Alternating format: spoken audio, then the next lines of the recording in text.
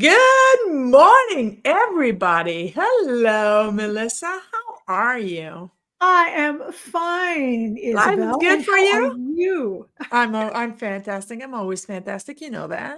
Do you have a Yes, good you are. Easter? I did. It was a very low key day. I actually hung out and did things I wanted to do, which is to say, no housework. Forget it. None here.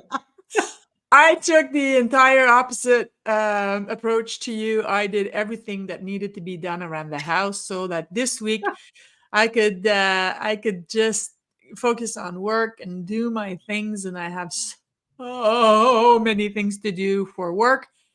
And hey, but seriously, what a better way to start my week than to spend an hour with you?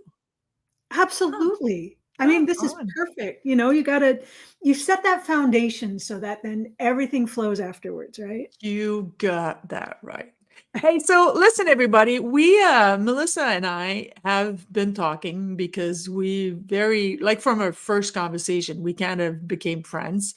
Yeah. And we were talking about empathy and lack thereof sometimes, and empathy in the workplace, and how, we call empathy a soft skill. There's nothing soft about it, right? So we Mm-mm. said, hey, we need to have this conversation in front of people because we're kind of badasses when it comes to this and having knowledge in regards to this. So it's going to be a conversation. If you have questions for us, drop it in the comments. We have the wonderful Sindel running the back end, and she's going to put the questions up. And since I am extremely, extremely dyslexic, my lovely friend Melissa is going to read them out loud so I don't have to. And we're going to answer them the best we can. There's no bullshit here. If we don't know the answer, we're not going to pretend that we have it. And that's it. Yeah. So, the first question, because I know it's the first thing that people ask you all of the time, and it's a great conversation starter, is what's the difference between EQ and empathy? It is a great question. And it is one of those things that's just kind of fuzzy. People think about soft skills and they're like puppies and rainbows and Care Bears and whatever. And nothing could be further from the truth, because to actually be able to take these skills and use them is not easy. That's why it's empathy is not for the weak. People get this weird idea that if you have empathy, you're weak or you're soft or you're a marshmallow or a pushover. And that's all nonsense. So the way I teach empathy is, if you, Isabel, are the leader, I am. you are, yes, you are a leader of many and a leader of one. You lead the pack, absolutely. But so, you're the leader, you're the one with the power, you're the one with the spark, you're the one that brings the excitement, you're the one with the big ideas and the big vision. So because you have all that electricity, you are the electricity in a wall socket. You have all the potential in the world to do these amazing things, right? Your EQ is on a computer that's over here somewhere, right? Wall sockets here, computers here. On this computer is not only a database of all of your EQ skills, your kindness, your compassion, communication, yeah, big things like this. You have all this on a database. And also on this computer is a database of your employees, the people you need to lead. So you've got to figure out a way to connect with these databases and bring these two databases together. Empathy is that power cord that connects the wall socket to the Mm, computer and allows you as the leader to connect and light everybody up. what? I love this explanation. I don't think that I ever heard you explain it quite in that way. And for me, it's if you are the leader, which I am, if you are a team leader, a captain of industry, a CEO, a manager, or whatever you want to call it, and you're still, ruling with an iron fist, you're missing the boat. Guys, this is not 1973. This is 2024. And Right? you need these soft skills. You need to be able to speak to your employees as human beings, because that's how they're connecting with you, and that's how they're going to that you're going to get the most out of them. And I'll even add something. A lot of times, I don't know if you get that question, Melissa, but a lot of times people say, "Oh, how do I motivate my employees?" Well, that is an extremely easy answer. And the answer is you don't. You don't motivate anybody. What you No. do is inspire them.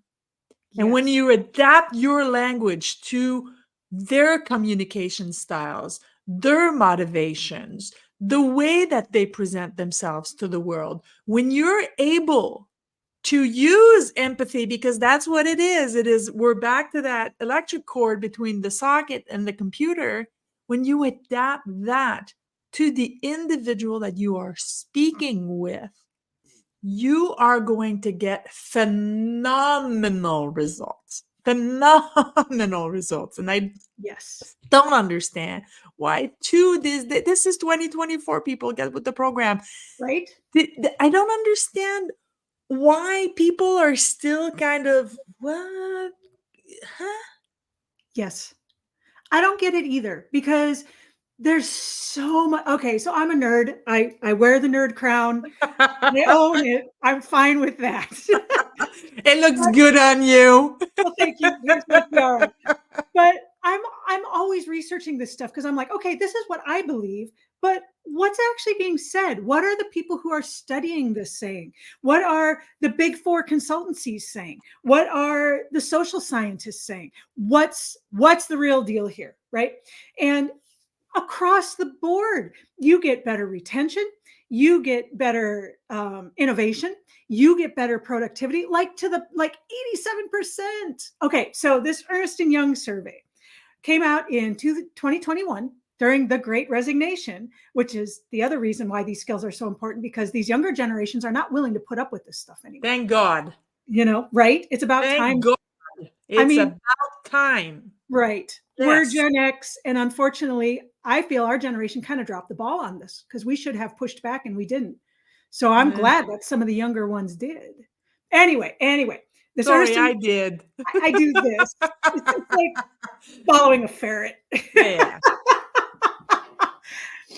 But this survey, 2021, specifically looking at empathy in the workplace, and they surveyed, I don't know how many tens of thousands of people, employees, leaders, executives, everyone.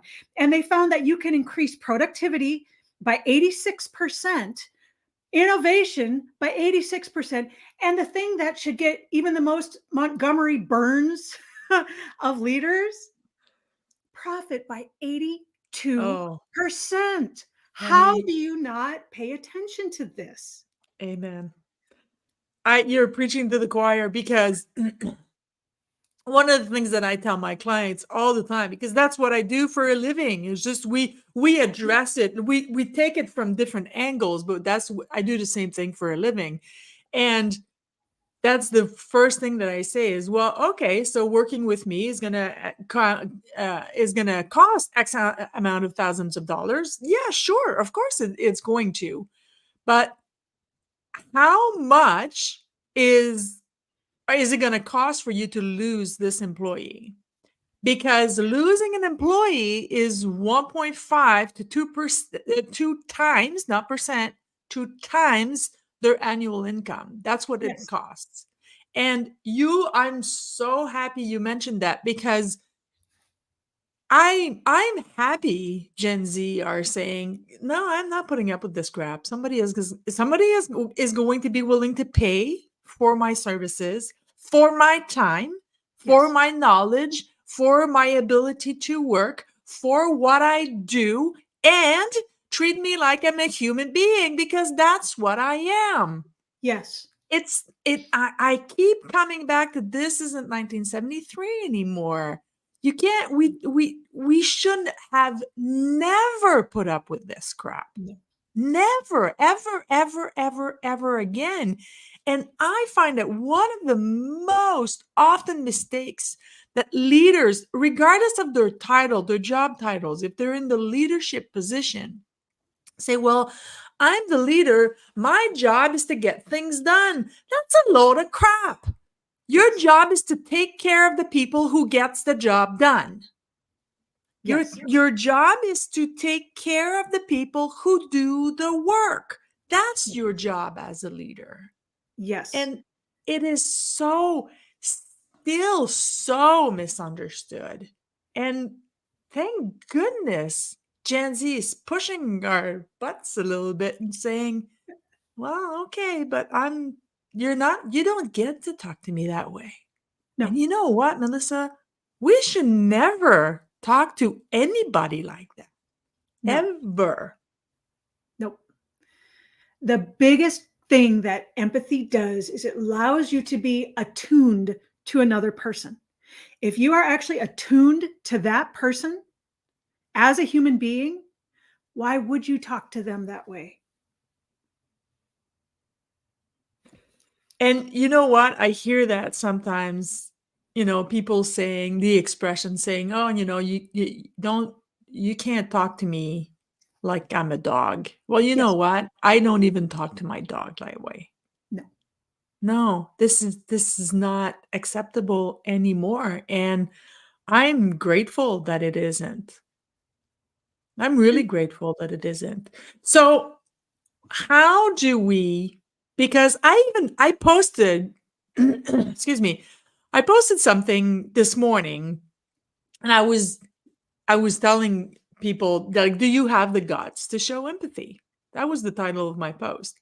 And in the comment section, somebody, and it isn't wrong. It's just a question I already had before we started our live. In the comment section, somebody said, well, empathy is something we're born with, isn't it? Like there's nothing we can do to develop the skills to have more empathy or be more empathic. And I thought about it and I thought, well, I'm going to discuss this with Mrs. 17 PhDs here, but Where? but I you that would be you.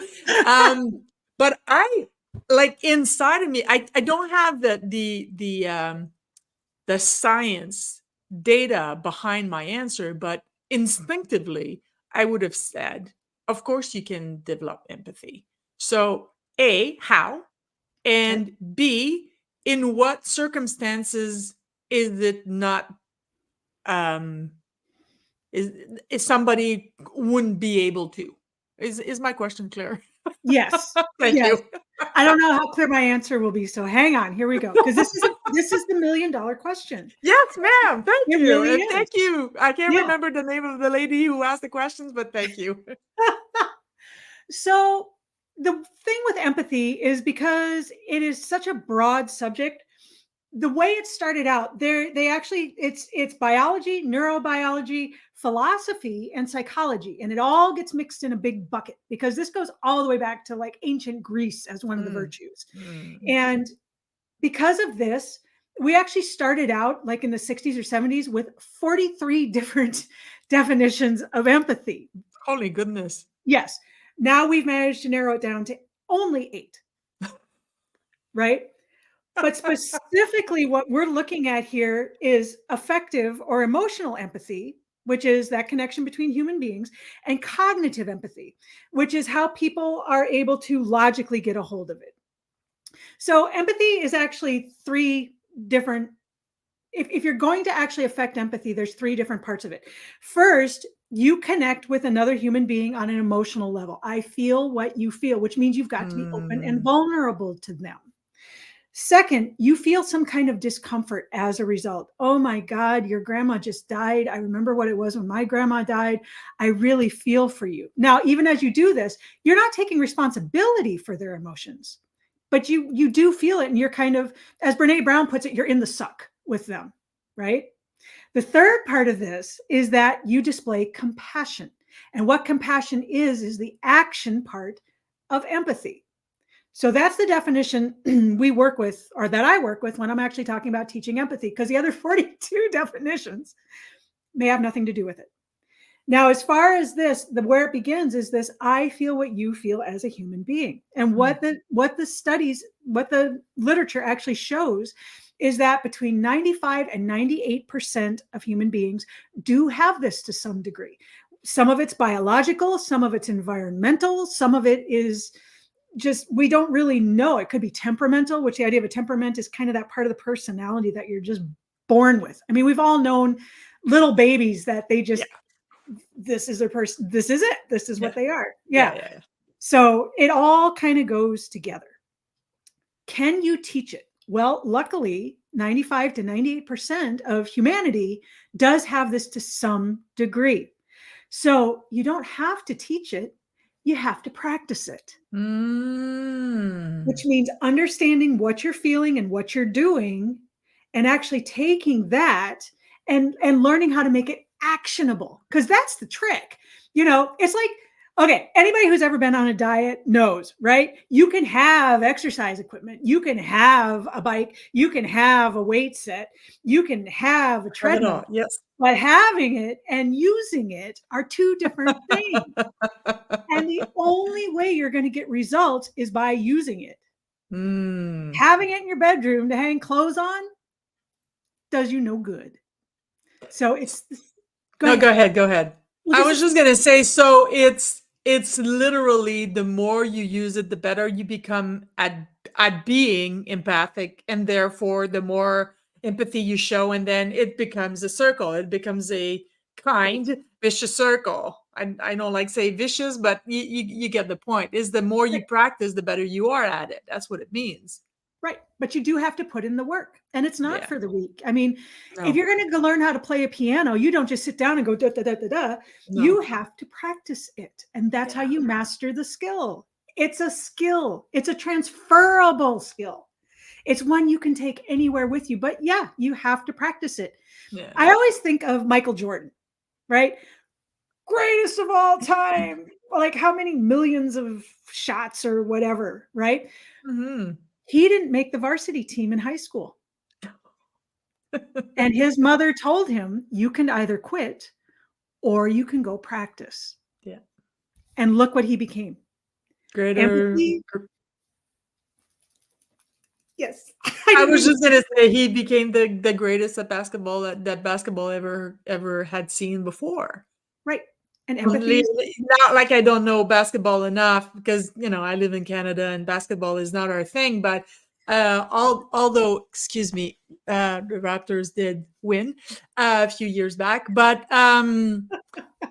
no, but seriously, and I hear that from the leaders that I work with, the team leaders and the CEOs and the captain of and all of these people, but yeah, but like how can I show, empathy in my communications and I've seen, and I know everybody's seen this video. I mean, it's on TikTok, on YouTube, on Instagram short, and people are reposting it and reposting it and reposting it. But it's the speech from Simon Sinek where he's saying he's on stage and he's saying, communication without empathy or with empathy is the difference between, going into your employee's office and say, well, your numbers have been down for 3 quarters in a row. And, if you don't do anything about this, we're going to have to take actions. And the opposite of that is walking into the same person's office and saying, your numbers have been going down for 3 quarters in a row. Are you okay?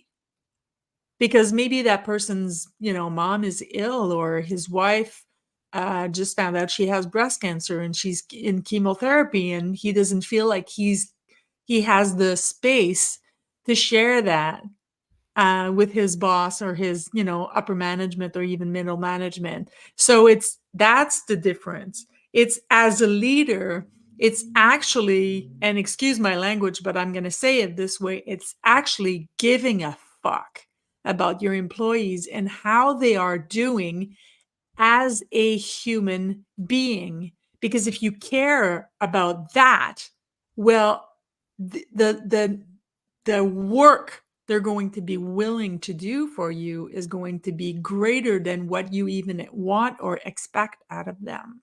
Yes. So, how does one start using empathy in their communication style?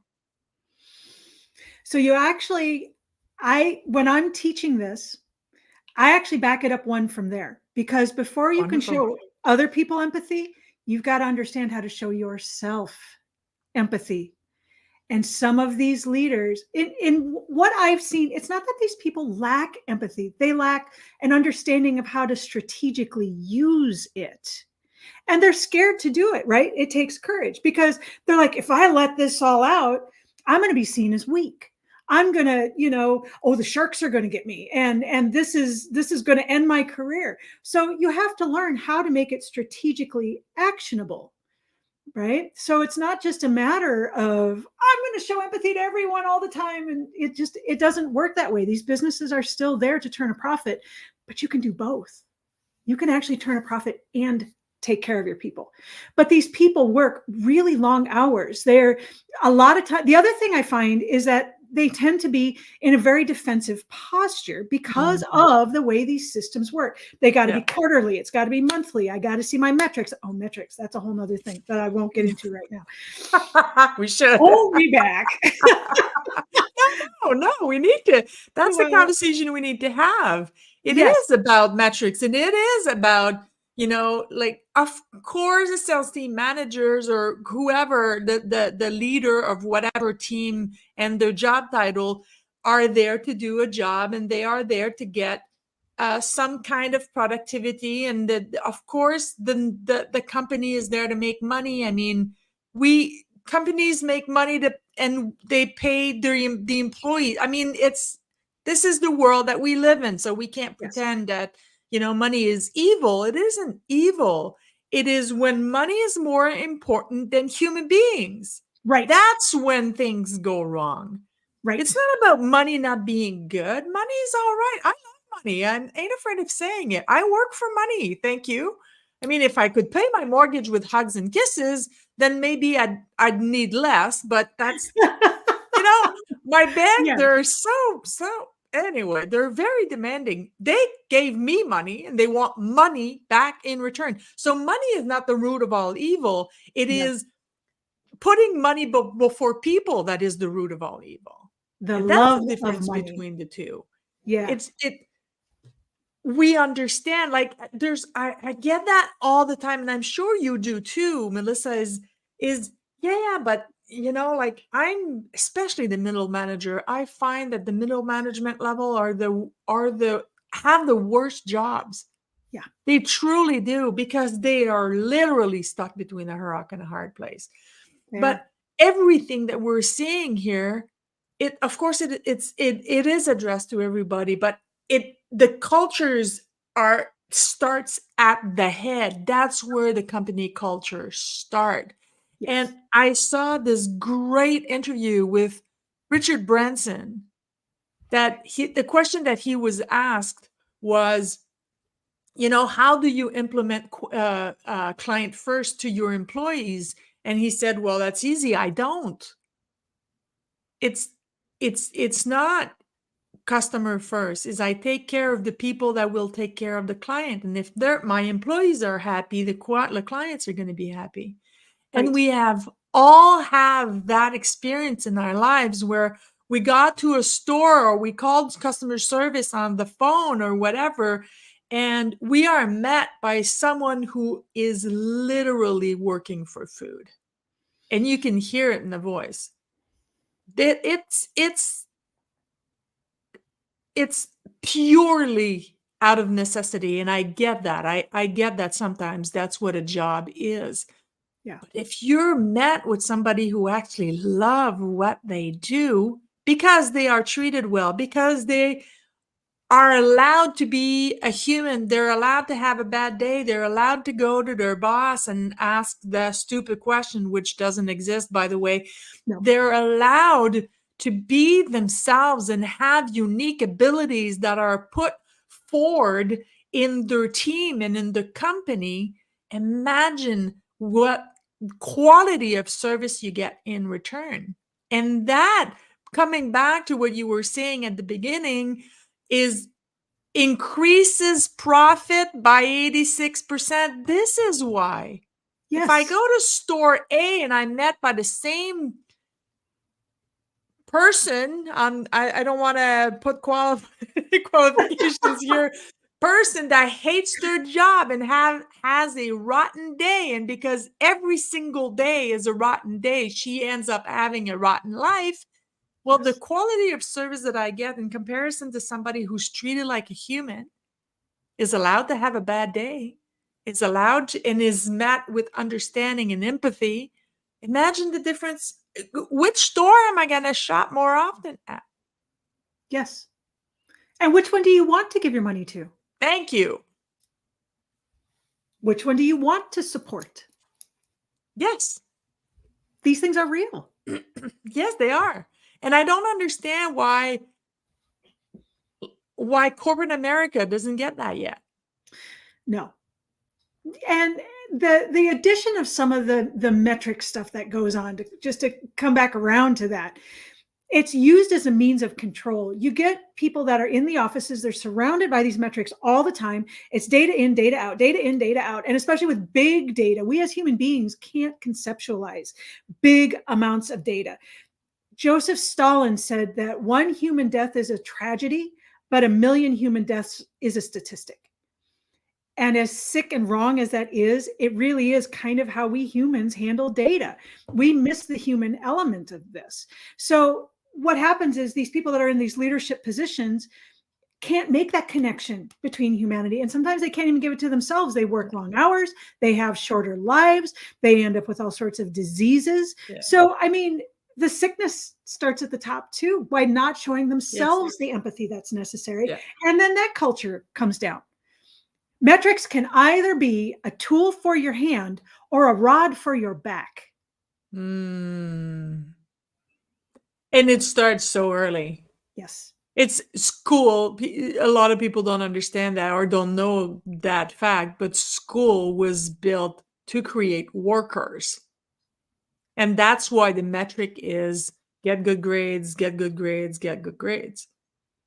As if getting 60 in math was a proof that you weren't a good human. It's not. Maybe you're better at math, or maybe you're, well, in my case, better in French, or maybe you're a better athlete, and maybe you're just a very kind person, and maybe it wasn't created, school was not created to make people who thought for themselves and would, I don't know, would thrive in their unique abilities. It is designed to create workers and workers on the assembly line. That's even worse. That's what, to me, anyway, it's worse. I'm not degrading anybody here, guys. I'm not saying that the people that work on assembly lines are not good. I'm saying a lot of them are kind of, that's the only thing, because they have been measured for that their entire life. Yes. And I'm in the middle of reading The Gap and the Gain by Dr. Benjamin Hardy and Dan Sullivan. And that's exactly what they're talking about, is when you compare yourself to the gap is looking forward and seeing the horizon, but the thing with the horizon is that you will never reach it. Yes. It's never going to get done. So your unit of measure is always focused on what you lack. And the gain is quite the opposite. So, okay, so maybe I don't have exactly what I want, but if I look back, because we can only connect the dots when we're looking back. But when I look back, and not for nostalgia or not to feel sorry or not anything like that, but in quite the opposite, to see how far we have come, That's being in the gain. And when you are in the gain, you're in gratitude, you're in abundance, and it's much easier to be empathic to yourself when you're focused on how far you've come than always constantly looking forward and being comparing yourself to your ideal. If you're anything like me, you will never reach your ideal, and you're not supposed to. It's Oh, an ideal. It's not, it's a direction. It's not a destination. It's a direction. yes. And it's a direction that can be changed. Thank God for that. Right? Because what was ideal for me at 18 would make me want to hide in a closet now. What did you wish for? Hey, this is the interviewer of passion, people, passion, and purpose in me that wants to know. Well, I always knew I wanted to be a musician. I never had any doubt about that. But I think at 18, I was more about the lights and the glitz and and I get to be on stage and and then as I got older, it was more about the art form and communication and bringing this love to other people. And that person that was like, I get to wear clothes on stage. It's kind of like, go sit down. It was fun. It was cool, but I'm not that person anymore. And good. That means you evolved. Right, That's what it's. Yeah. Anyway, yeah, that's what it's for, right? right. It went from being about me to being about other people is really what happened. And, Mm. I think maybe there's a lot of that in my evolution. So one thing I wanted to touch on too, though, is you had asked what it is when the people don't have empathy. What does that mean? Yes. So I want to make sure I hit that because they are out there and they're kind of scary. So now we're talking about dark triad personalities. And there's about 2 to 5%, they figure, of the general population that have these dark triad personalities, which include psychopathy and sociopathy, which are not the Mm. same thing, No. Machiavellianism and narcissism. And one of the main ways that they categorize that is that these people don't have empathy. The problem is that these people also tend to really use those and what's around them to gain power and control, which means it's probably more than 5% when you look at top level jobs like leadership, like physicians, Yeah. like the government. Yeah. And that's like by definition, they don't have empathy. So now we get into the other side of empathy, which is the cognitive empathy, where you logically get it and you can, the scary part, mimic it. Mm. So you can allow people to believe that you have it. So I don't necessarily need to go any deeper into that unless you want to, but just I want to make sure I hit your whole question so that someone wasn't like, hey, you forgot the back half That of was it. Yeah, and I mean, but it's an extremely small amount of people that, I mean, they do exist. We understand that, but it's not the majority, thank goodness. No, but the ones that are there can do a lot of damage, Yeah. especially Well, because they like to prey on people with empathy. So you have yeah. to, keep a cool head and a warm heart. And thank God, I'm not going to talk about American politics because Oh my God. that's it. I'm not an American. I just don't want to bore our listeners to tears. No. They're not here for that. And if they are, No. we're probably not the right place. Yeah. Yeah. No. Yeah. Yeah. Anyway. Yeah. Because that's a whole nother thing too. I mean, if people that are listening want to show on it, you should put it in the chat. If you've got questions, put it in the chat. I'm Yes. trying to, when you see me doing this, I'm like trying to watch the chat at the same time. I'm not spastic. I'm multitasking. You're not? Well, I am, but I'm also multitasking. Hey, most musicians know how to do several things at once, right? We do.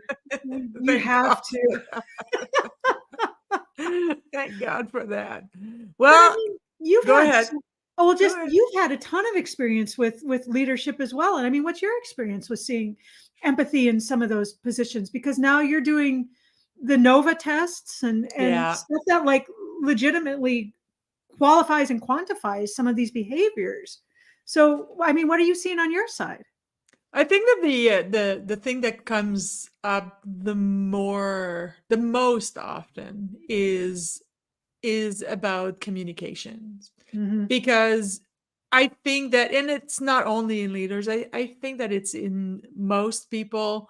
We find, or we have this misconception that communication is about, I'm going to share my point of view and I'm going to get what I want. I'm going to ask for this and that. And it is. However, there's a big however.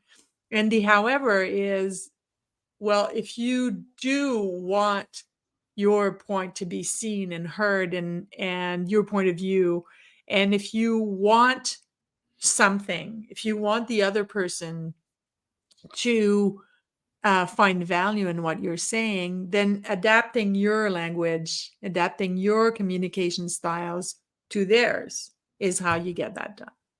It Yes. is not about, banging your fist on the conference table and just saying what you have to say. So if a leader walks in a conference room and says, okay, so here it is, here's what I think about it, what do you guys think? It's too late.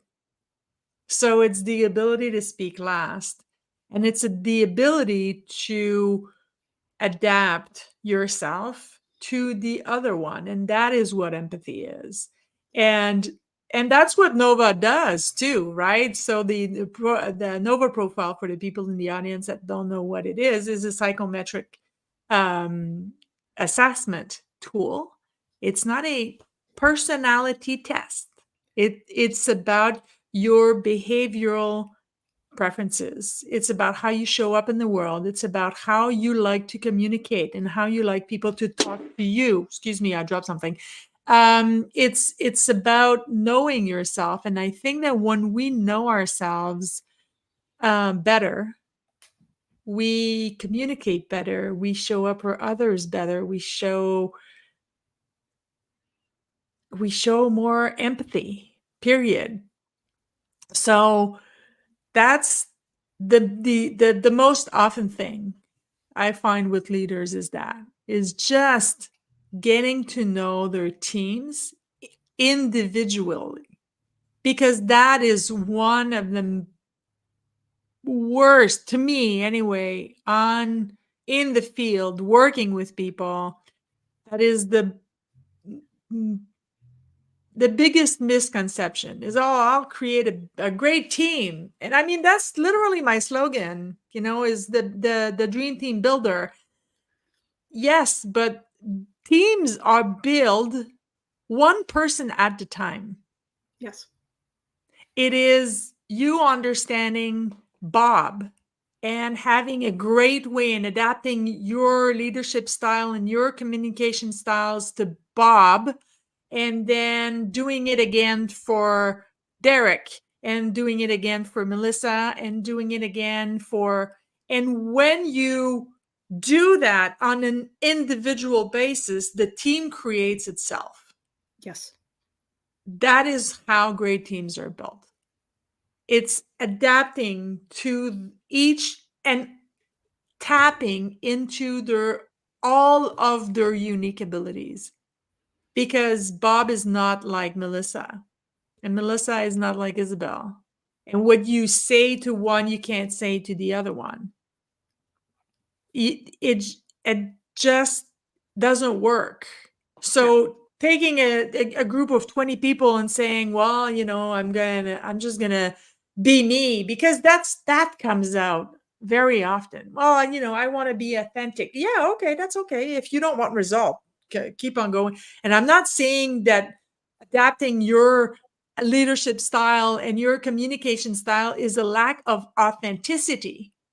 It is adaptability. And there's a Yes. difference between the two. Yes. It's just not the same thing. So be you, but if you actually want to inspire, and I chose inspire and not motivate. If you want to inspire your workers to show up and do the job better, and well, A, do be empathic, and B, treat them like they like to be treated. And some will need the swift kick in the butt, and some will need them to, hold their hands just a little bit longer. It's I one of my favorite analogy is people are like popcorn. Same heat, same oil. They don't pop at the same time. The same thing. They're in Yeah. the same bag. It is Yeah. the same source of heat. They are heated at the same time, but they don't pop at the same time. The Yes. same thing with people. What works for Bob doesn't work for Melissa, and vice versa. So if you want to create the best team possible, you have to adapt to each and every single individual. And that, for me, in my field, for what I see out there, that is the biggest thing. People don't adapt. No. I'm the boss. Okay, well, good luck with that. Well, there's two paths, either evolution or extinction. I love that. You know? Oh man, I love that. Yeah, and you know what? I'm gonna bounce off of that. And there's no evolution without revolution. It takes somebody to take the lead and start. It Yes. takes somebody to say, you know what, this company culture that we built 25 years ago when we started this company, it was okay then. It isn't okay anymore. And we're Right. going to change it. We're going to adapt to it, because it doesn't mean that it wasn't effective. It's Maya Angelou that said, do your best until you know better, and then do better. Yes. But people keep focused on a mistake or on not adapting because they've been doing that mistake for so long. Right. Well, perhaps when you started it, it wasn't a mistake, and it is one now. So Right. change that. It is hard, Mike. You're right. It is hard to adapt. And it takes a lot of humility to work with people like me and you, Melissa, because we're kind of there to say, well, maybe you can be a little bit kinder here, and maybe you could, use better words here. But the point is not to show the flaws or or the mistakes. And I hate that word. If you Yeah. know me, you know how much I hate that word. It's not that. It is to help you grow into something better. Yes. That's what it is. Yes. And as that leader gets better, so does everybody else. Everybody else. Yes. So going back to what you were talking about teams and adaptability, Yeah. there is a fantastic book out there called The Diversity Dividend by Scott Page. And this is based on his dissertation. But what he talks about is how with teams, yes, you want diversity the way we consider diversity, but not for the sake of diversity, but because Mm, each of these people bring different experiences and different ideas and different ways of looking at things, different visions. And that in bringing these people together, which you may have to approach differently, it's an yes. adaptive kind of Yes. thing, that you actually get an exponential dividend on the output of these teams. And he proved it in his dissertation. He did it. And it's like, yes, as a leader, you may be called to adapt what you've done. But if you actually want that leadership crown nobody said it was going to be easy. You've seen Conan the Barbarian, right? Like the original with Yeah, yeah, Schwarzenegger, yeah, right? yeah, yeah, That yeah, one. yeah, yeah, And yeah. it gets to the end of the movie and he's sitting like this. And the narrator says, heavy is the head that wears the crown. Yes, yes. Yes, if you're in a leadership position, you didn't get there because you thought it was going to be easy. And if you did, maybe we need to all rethink why you're there. Amen for that. You know, Amen for that. And I think a lot of people, they go on that path of, becoming the leader, the CEO maybe of a company they don't own or whatever. They start their journey thinking it's going to be great to be the boss yes, until they are the boss, right? yes, It's not how that there's a reason why CEOs are extremely well paid and die young. and of a heart attack. Yeah. Yes, Yeah. It's yeah. a lot of them.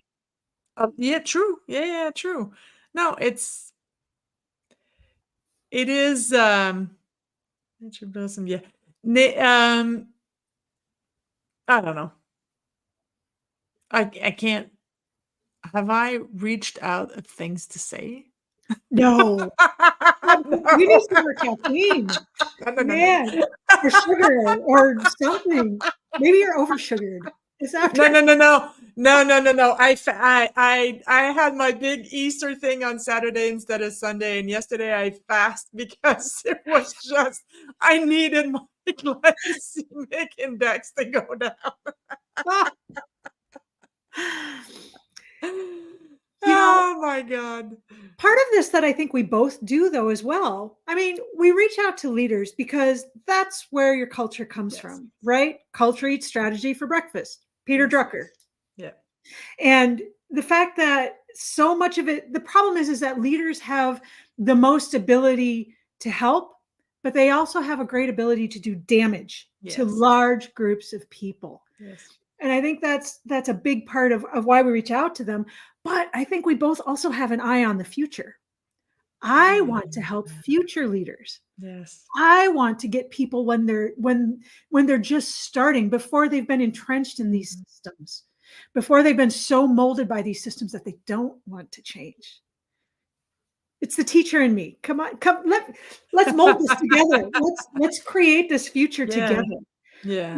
And it's possible. We can do it. Is possible, because even though we have these command and control leaders out there, no one lives forever.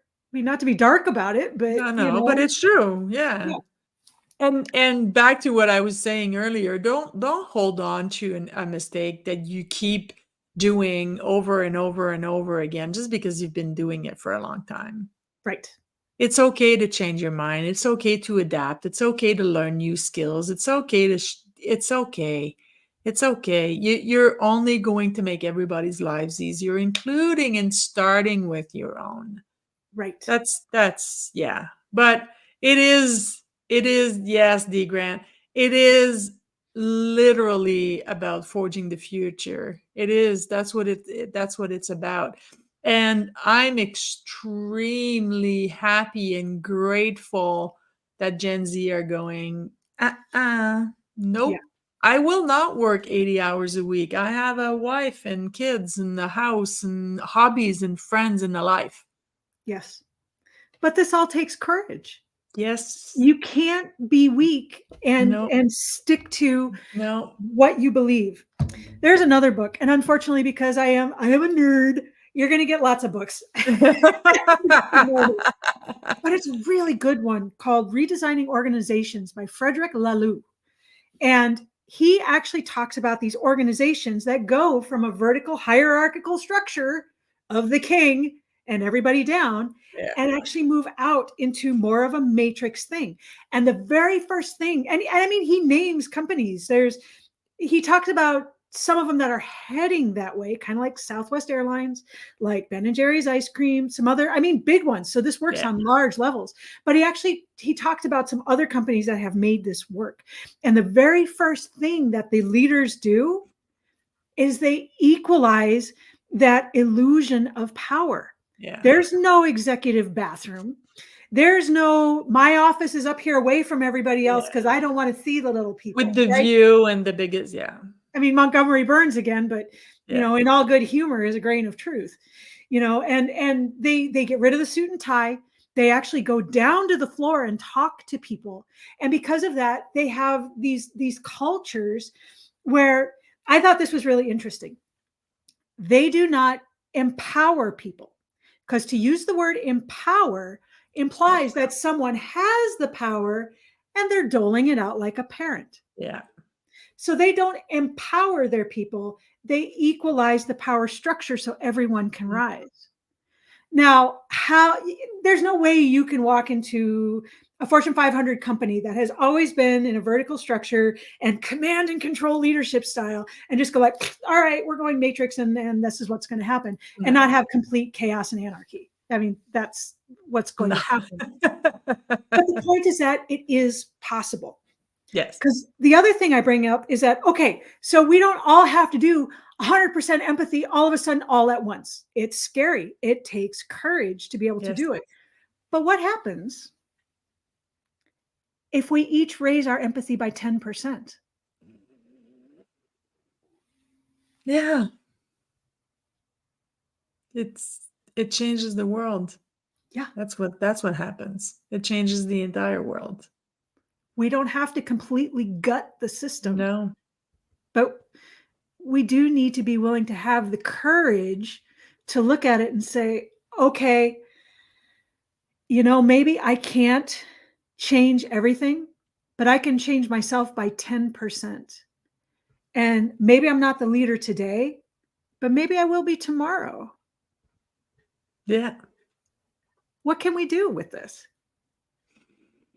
Change the world. 10% at a time.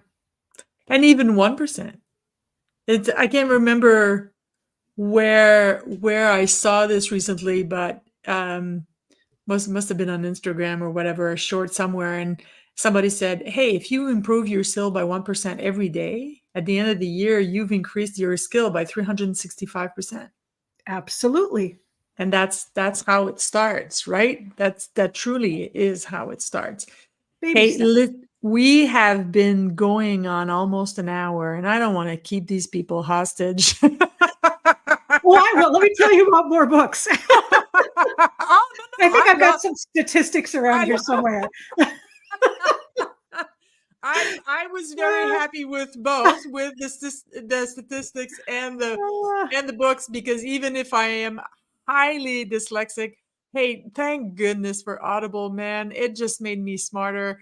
And but it's yeah, it is a conversation that's important to have. It's a conversation that we're going to need to keep having, because there needs to be more people that voice this out. And I hope to all that is holy in this world that eventually we're going to stop looking at communication and empathy and all these things as soft. There's nothing Yes. soft about this. There's nothing. It's showing up and being vulnerable is difficult. There's nothing soft about it. It takes guts. It takes a lot of guts to show Yes. up and say, hey, listen, I don't know. I know I'm supposed to be the boss and everything, and I'm the leader, but I don't know. So we're gonna have to figure it out together, because in the way that we were raised, it's just when you're on top, it's like when you're kids, when you're the parent, you have all the answers, and any parent in the audience are gonna say, "Yeah, that's a load of crap." Well, Yeah. it's the same thing when you're the boss, but whether you're the boss or you're the employee, showing another human being empathy is never the wrong thing to do, ever, ever, ever, ever, ever again, ever. So start with that. Show empathy in your day to day. And well, Melissa, we're gonna have to do this again. Well, shucks. Oh, damn. Not like we had fun or anything like that. I know. What a perfect way to start the week. Oh, Seriously. yes. you know? So if you want to work with Dr. Melissa, the beautiful Sindel is gonna put her LinkedIn profile and her website right here, and there it is. That's Melissa Robinson Wine Miller, and I love that wine like wine and Miller like the beer. So I Yep. really love that. And where was your husband today? He was nowhere in the peanut gallery today. He was. Oh, He was put he? a Okay. couple he had to put a couple comments in there. It's too Oh, early for them to be too inappropriate. okay. I didn't see them. I apologize, Dan. If you want to work with me, I am the dream team builder. With the Nova assessment, I help people create the best team. And that's about you as a leader improving all of your skills to understand your team members individually. You give individually what they need, and they will create the team on their own. You can connect with me on LinkedIn. This has been so much fun. And Yep. Wednesday night, 7 Eastern, tune in. We're going to have a great conversations about collaborations and community and how to build a community with the great Russ Edge and the fabulous and ever so entertaining Mike Asherbranger. So guys, and I will be the co-host, so there'll be some kind of sense in this show.